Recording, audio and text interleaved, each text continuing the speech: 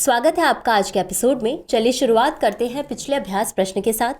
प्रश्न था, तेजस विमान के संदर्भ में निम्नलिखित कथनों पर विचार कीजिए। 1. यह एक सिंगल सीटर लड़ाकू विमान है। 2. इसे आक्रामक हवाई सहायता लेने और जमीनी अभियानों के लिए निकट युद्ध सहायता प्रदान करने के लिए डिजाइन किया गया है। उपर्युक्त में से कौन सा या कौन से कथन सही है या सही है? A केवल 1, B केवल 2, C 1 और 2 दोनों, D न तो 1 और न ही 2।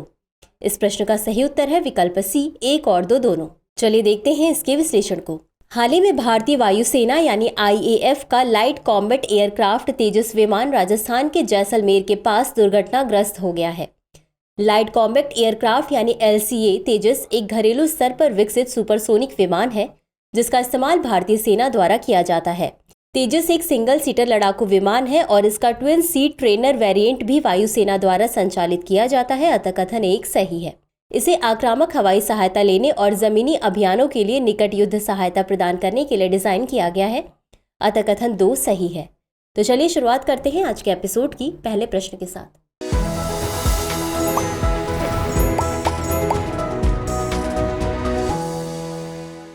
यूविन के संबंध में निम्नलिखित कथनों पर विचार कीजिए। 1. भारत के सार्वभौमिक टीकाकरण कार्यक्रम यानी UIP को डिजिटल बनाने वाला कार्यक्रम यूविन प्रति राज्य और केंद्र शासित प्रदेश के 2 जिलों में पायलट मोड में लॉन्च किया गया है। 2. यूविन टीकाकरण सेवाओं के लिए मुख्य केंद्र के रूप में कार्य करेगा जिसमें टीकाकरण स्थिति अपडेट, वितरण परिणाम, RI सत्रों की योजना और प्रतिजन वार कवरेज पर रिपोर्ट शामिल है। उपर्युक्त में से कौन सा या कौन से कथन सही है या सही है? A केवल 1, B केवल 2, C 1 और 2 दोनों, D न तो 1 और न ही 2।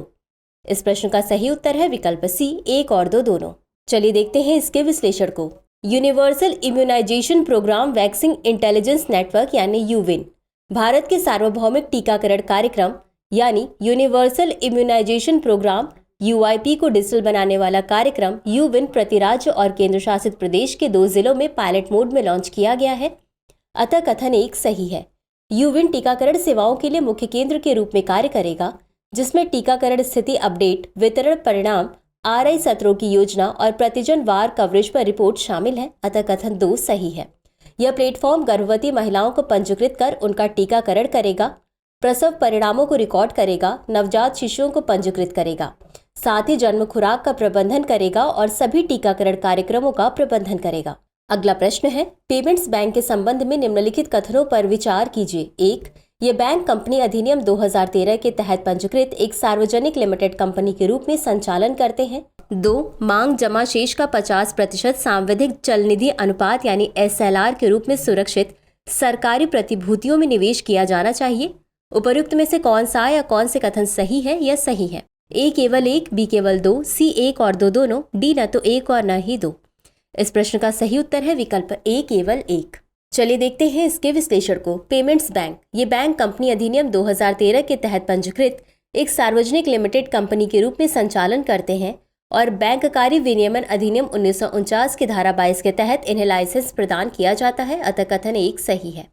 मांग जमा शेष का 75% सांविधिक चल निधि अनुपात यानी SLR के रूप में सुरक्षित सरकारी प्रतिभूतियों में निवेश किया जाना चाहिए, अतः कथन 2 सही नहीं है। अगला प्रश्न है, अल-नीनो के संबंध में निम्नलिखित कथनों पर विचार कीजिए। 1. अल-नीनो के दौरान भारत सहित विश्व के अन्य क्षेत्रों में अमूमन सामान्य परिस्थितियों की तुलना में अधिक ताप और अल्प वर्षा की स्थिति उत्पन्न होती है। 2. अल-नीनो घटना एक आवर्ती वार्षिक परिघटना है। उपर्युक्त में से कौन सा या कौन से कथन सही है या सही है?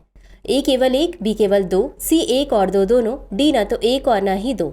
इस प्रश्न का सही उत्तर है विकल्प A केवल 1। चलिए देखते हैं इसके विश्लेषण को।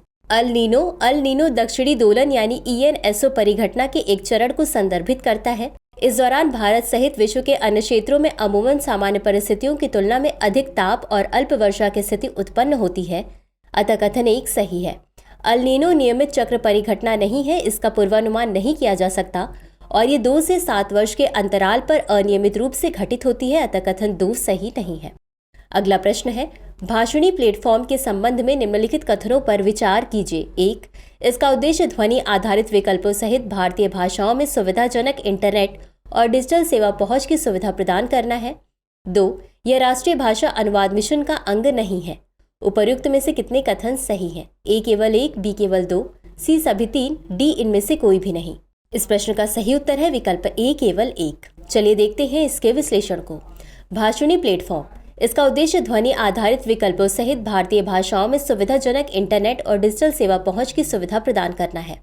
साथ ही उन भाषाओं में सामग्री निर्माण को प्रोत्साहन प्रदान करना है। अतः कथन 1 सही है। यह राष्ट्रीय भाषा अनुवाद मिशन का एक अंग है। अतः कथन 2 सही नहीं है। अगला प्रश्न है, राष्ट्रमंडल देशों के संबंध में निम्नलिखित कथनों पर विचार कीजिए। 1. राष्ट्रमंडल 56 देशों का एक समूह है जिसमें मुख्य रूप से पूर्व में ब्रिटिश उपनिवेश रह चुके राष्ट्र शामिल हैं। 2. इसकी स्थापना वर्ष 1949 में लंदन घोषणा पत्र द्वारा की गई थी। 3. इसके सभी सदस्य मुख्य रूप से विकासशील देश हैं। उपर्युक्त में से कितने कथन सही हैं? ए केवल 1, बी केवल 2, सी सभी 3, डी इनमें से कोई भी नहीं। इस प्रश्न का सही उत्तर है विकल्प बी केवल 2। चलिए देखते हैं इसके विश्लेषण को। राष्ट्रमंडल देश, राष्ट्रमंडल 56 देशों का एक समूह है जिसमें मुख्य रूप से पूर्व के ब्रिटिश उपनिवेश देश शामिल हैं। अतः कथन 1 सही है। इसकी स्थापना वर्ष 1949 में लंदन घोषणा पत्र द्वारा की गई थी। अतः कथन 2 सही है। राष्ट्रमंडल में मुख्यतः अफ्रीका, अमेरिका, एशिया और प्रशांत क्षेत्र की उभरती हुई अर्थव्यवस्थाएं शामिल हैं।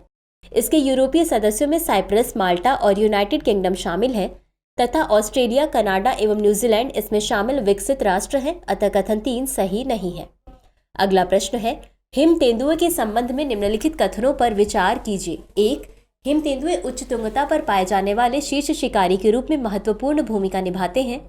2. भूटान ने संरक्षण और पारिस्थितिक संतुलन के प्रति अपनी प्रतिबद्धता को दर्शाते हुए आधिकारिक तौर पर हिम तेंदुए को अपना राष्ट्रीय प्रतीक घोषित किया है। उपर्युक्त में से कौन सा या कौन से कथन सही है या सही है? ए केवल 1, बी केवल 2, सी 1 और 2 दोनों, डी न तो 1 और न ही 2। इस प्रश्न का सही उत्तर है विकल्प ए केवल 1। चलिए देखते हैं इसके विश्लेषण को। हिम तेंदुआ, हिम तेंदुए उच्च तुंगता पर पाए जाने वाले शीर्ष शिकारी के रूप में महत्वपूर्ण भूमिका निभाते हैं जो उनके उच्च तुंगता वाले आवास की स्थिति और पर्वतीय वातावरण पर जलवायु परिवर्तन के प्रभावों का संकेत देते हैं। अतः कथन 1 सही है।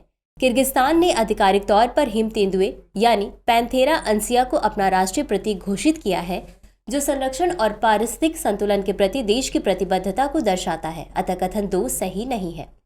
अगला प्रश्न है, राष्ट्रीय आयुष मिशन के संबंध में निम्नलिखित कथनों पर विचार कीजिए। 1. इसका उद्देश्य आयुष्मान भारत योजना के तहत आयुष स्वास्थ्य और कल्याण केंद्रों यानी AHWC के माध्यम से संपूर्ण देश में आयुष स्वास्थ्य सेवाओं में सुधार करना है। 2. मिशन के अनिवार्य घटकों में आयुष सेवाएं, शैक्षणिक संस्थान, ASU और H औषधियों का गुणवत्ता नियंत्रण तथा औषधीय संयंत्र शामिल है। 3. केंद्रीय मंत्रिमंडल ने हाल ही में एक केंद्रीय क्षेत्र योजना के तहत विभिन्न आयुष स्वास्थ्य और कल्याण केंद्रों के संचालन को मंजूरी दी। उपर्युक्त में से कितने कथन सही हैं? ए केवल 1, बी केवल 2, सी सभी 3, डी इनमें से कोई भी नहीं। इस प्रश्न का सही उत्तर है विकल्प बी केवल 2। चलिए देखते हैं इसके विश्लेषण को। राष्ट्रीय आयुष मिशन, इसका उद्देश्य आयुष्मान भारत योजना के तहत आयुष स्वास्थ्य और कल्याण केंद्रों यानी AHWC के माध्यम से संपूर्ण देश में आयुष स्वास्थ्य सेवाओं में सुधार करना है। अतः कथन 1 सही है। मिशन के अनिवार्य घटकों में आयुष सेवाएं, शैक्षणिक संस्थान, ASU और H औषधियों का गुणवत्ता नियंत्रण तथा औषधीय संयंत्र शामिल है। अतः कथन 2 सही है। केंद्रीय मंत्रिमंडल ने हाल ही में केंद्र प्रायोजित योजना के तहत विभिन्न आयुष स्वास्थ्य और कल्याण केंद्रों के संचालन को मंजूरी दी। अतः कथन 3 सही नहीं है। अगला प्रश्न है, प्रित्जकर आर्किटेक्चर पुरस्कार 2024 के संदर्भ में निम्नलिखित कथनों पर विचार कीजिए।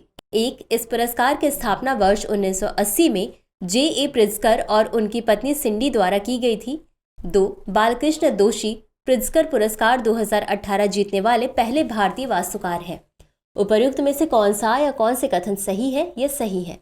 ए केवल 1, बी केवल 2, सी 1 और 2 दोनों, डी न तो 1 और न ही 2। इस प्रश्न का सही उत्तर है विकल्प बी केवल 2। चलिए देखते हैं इसके विश्लेषण को। हाल ही में जापानी वास्तुकार रिकेन यामामोटो को प्रतिष्ठित प्रित्जकर आर्किटेक्चर पुरस्कार का विजेता घोषित किया गया। प्रित्जकर आर्किटेक्चर पुरस्कार को अक्सर आर्किटेक्चर नोबेल कहा जाता है। इस पुरस्कार की स्थापना वर्ष 1979 में J.A. प्रित्जकर और उनकी पत्नी सिंडी द्वारा जीवित वास्तुकारों को सम्मानित करने के लिए की गई थी। अतः कथन 1 सही नहीं है। बालकृष्ण दोषी प्रित्जकर पुरस्कार 2018 जीतने वाले पहले भारतीय वास्तुकार हैं। अतः कथन 2 सही है। अगला प्रश्न है, हैती के संदर्भ में निम्नलिखित कथनों पर विचार कीजिए। 1. यह कैरिबियन सागर तथा उत्तरी अटलांटिक महासागर के बीच स्थित है। 2. हैती पश्चिम में जमैका और उत्तर पश्चिम में क्यूबा से भी घिरा हुआ है। उपर्युक्त में से कौन सा या कौन से कथन सही है या सही है? ए केवल 1, बी केवल 2, सी 1 और 2 दोनों, डी न तो 1 और न ही 2। इस प्रश्न का सही उत्तर है विकल्प सी, 1 और 2 दोनों। चलिए देखते हैं इसके विश्लेषण को। हाल ही में हैती के प्रधानमंत्री एरियल हेनरी ने एक संक्रमणकालीन राष्ट्रपति परिषद बनने के बाद इस्तीफा देने की अपनी मंशा व्यक्त की है। हैती कैरिबियन सागर तथा उत्तरी अटलांटिक महासागर के बीच स्थित है, अतः कथन 1 सही है। यह हिस्पानियोला द्वीप के पश्चिमी 1/3 हिस्से को आच्छादित करता है और पूर्वी हिस्से में डोमिनिकन गणराज्य के साथ सीमा साझा करता है। हैती पश्चिम में जमैका और उत्तर पश्चिम में क्यूबा से भी घिरा हुआ है, अतः कथन 2 सही है। बता दें कि यह विश्व का पहला स्वतंत्र अश्वेत नेतृत्व वाला गणतंत्र है। तो चलिए अंत में देखते हैं आज के अभ्यास प्रश्न को। समान नागरिक संहिता यानी यूसीसी के संदर्भ में निम्नलिखित कथनों पर विचार कीजिए। 1. इसका उल्लेख संविधान के अनुच्छेद 45 में राज्य की नीति के निर्देशक तत्व यानी डीपीएसपी के एक हिस्से के रूप में किया गया है। 2. गोवा यूसीसी रखने वाला भारत का एकमात्र राज्य है जो पुर्तगाली सिविल संहिता 1867 का पालन करता है। उपर्युक्त में से कौन सा या कौन से कथन सही है या सही है? ए केवल 1, बी केवल 2, सी 1 और 2 दोनों, डी न तो 1 और न ही 2। इस प्रश्न का उत्तर कमेंट बॉक्स में जरूर दें। आज के लिए बस इतना ही, शुक्रिया। डियर व्यूअर्स, अपने एग्जाम की तैयारी को और बेहतर करने के लिए हमारे चैनल को लाइक, शेयर और सब्सक्राइब करना न भूलें।